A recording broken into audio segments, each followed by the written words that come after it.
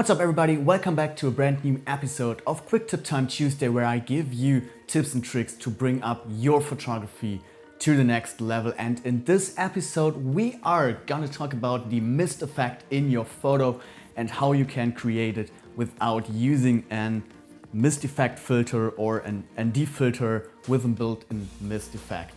So just Peter McKinnon released his brand new variable ND filter with the mist effect. It's cost more than $200, or if you're living in Europe, then it costs more than 200 euro. So when you're especially a starting photographer or filmmaker, you can't afford such expensive gear, and I will show you how you can create the mist effect in your photos. But first, what is the mist effect? The mist effect is a kind of an effect that blurs out your highlights a little bit to get this more cinematic, dreaming look on your photos, and that's looking pretty nice. So I don't want to waste any time anymore. Let's jump right into Photoshop to show you how I create the mist effect in just a couple of seconds. In Photoshop, when you have your photo, I did some basic adjustments on this, and what the mist effect is doing is, if you see here these very bright areas, these are the highlights, and we want to blur them a little bit out to get a very dreamy look on the photo. So first of all, we need to duplicate our layer, because layer 1, the duplicated, is where the effect is applied to. And you can duplicate your layer by hitting Command and J.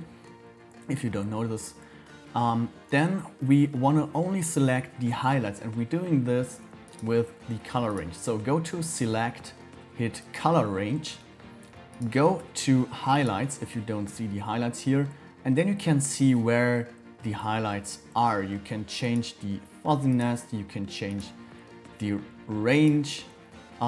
Maybe I think we're going with this. Yeah, that's looking pretty good. So hit OK. Now you see what is selected on the highlights. Now the magic is happening in the filter tab, so hit filter, hit blur, and go to the Gaussian blur.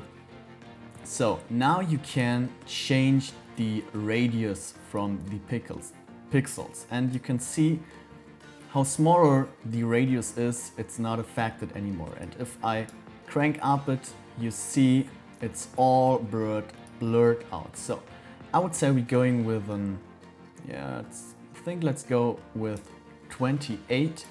Remember, we can change this in the opacity tab here if it's too strong for the photo. So hit Command D to deselect it, and now you can see it's so much affecting the photo. It's so dreamy. I will reduce the opacity just a little, maybe around 52. That's looking pretty good to me, and that's all. And that's anything you must need for the mist effect and how to create the mist effect. So you see it's pretty simple. It's just 2 steps, and you can do this in a couple of seconds. You saw, guys, it's pretty simple to use this effect on your photos, and I hope you learned something. But don't misunderstand me. It's the mist effect you created in Photoshop has a different look when you are shooting with an ND filter who has a mist effect built in. It's slightly different between the photos, but I think if you can't afford such an expensive ND filter, especially from Peter McKinnon, these are, oh man, these are so great ND filters. I wish I had one. So that's why I created the mist effect on all my photos in Photoshop. But I think it's a pretty good way to save some money. And that's it for today's episode. I hope you learned something. If you did, if you like it, hit the subscribe button and give a thumbs up if you like it for the YouTube algorithm. And as always, I will see you in the next one. So have a great week. Bye.